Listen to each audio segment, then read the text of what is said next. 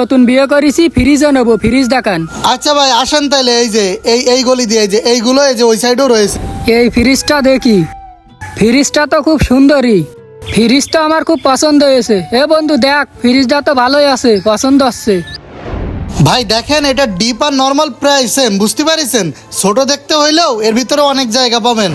হ্যাঁ ভাই, ফ্রিজ আমাদের এটাই পছন্দ হয়েছে, আমরা দুই বন্ধু একই তাই নেবো, এই ফ্রিজ দেবেন দুটো। আচ্ছা সেটা কোম্পানির বলে এনে দেওয়া যাবে, সমস্যা নাই। কিন্তু ভাই আমাদের ফ্রিজে কিন্তু 50% ডাউন পেমেন্ট যদি আপনি না করেন, তাহলে কিন্তু আমি আপনাকে ফ্রিজ কিস্তিতে দিতে পারবো না। ভাই 50% ডাউন পেমেন্ট মানে বুঝলাম না। 50% বলতে ভাই ফ্রিজটার দাম 32,000 টাকা, আপনাকে 50% মানে 16,000 টাকা অগ্রিম জমা দিয়ে তারপর কিস্তিতে নিতে হবে। ভাই 16,000 টাকা কনে পাবানে, ওইদিকে আবার 5,000 টাকা দিতে করছেন। 20,000 টাকা থাকলে তো আমি লগতেই কিনতে আসতাম। ও ভাই কি করছেন, লগর টাকা থাকলে কি তাইলে আপনার কাছে বাকি নিতে আসতাম। ভাই 50% ডাউন পেমেন্ট অর্থাৎ যদি 16,000 টাকা না দিতে পারেন, তাহলে ভাই আমি আপনাকে ফ্রিজ দিতে পারবো না। কারণ হচ্ছে এটা কোম্পানির নিয়ম, কোম্পানিকে 16,000 টাকা আমার বুঝে দেওয়া লাগবে, তারপরে আমি কিস্তি দিতে পারবো। আপনি ভিতরের মাল বাকি নিলেও ভাই এখানকার মাল কিন্তু ভাই 16,000 না দিলে আমি দিতে পারবো না।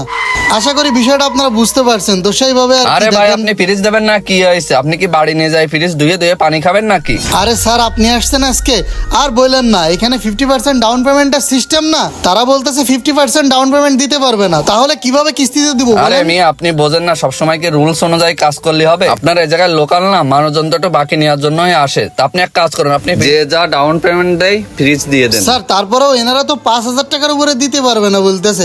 একটা ফ্রিজের দাম তো 32,000 টাকা, তো এই 5,000 টাকা ডাউন পেমেন্টে কিস্তি আমি কিভাবে কি হিসাব করব? অনেক সময় মার্কেটে রানিং করতে গেলে একটু টুকিটাকি বাকি দেওয়া লাগে। আরে ভাই আপনারা ফ্রিজ কোনটা নেবেন নেন, কোনো সমস্যা নেই। ওই দিন আপনার কথা শুনে ওদেরকে আমি 5,000 টাকা ডাউন পেমেন্টে ফ্রিজ দিছি, নাহলে তো আমি দিতাম না 50% এর নিচে। আপনার কথা মতো যে যাতেছে তাতে দিছি। আর আপনি তো সবই জানেন এটা হচ্ছে গ্রাম, এখানে 50% ডাউন পেমেন্ট সিস্টেম আমি করতেছিলাম।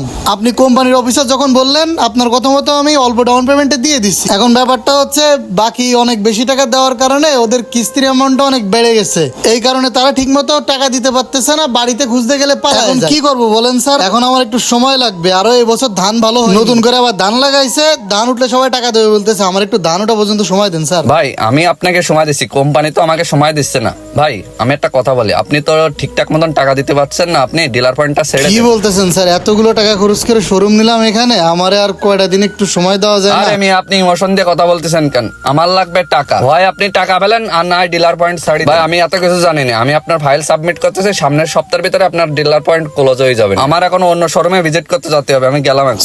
স্যার এরকম করেন না, আমার কথা না ভাই, আপনার কোনো কথা শুনতে পারবো স্যার না। অন্তত আর আমার কোনো সময় 15টা দিন দিতে পারবো সময় দেন, না। আমি দেখি টাকাটা উঠাইতে পারি। আমি আপনার কোনো কথা শুনতে চাই না, মেলা ঝামেলা করলে মামলা দিয়ে দেবো একদম।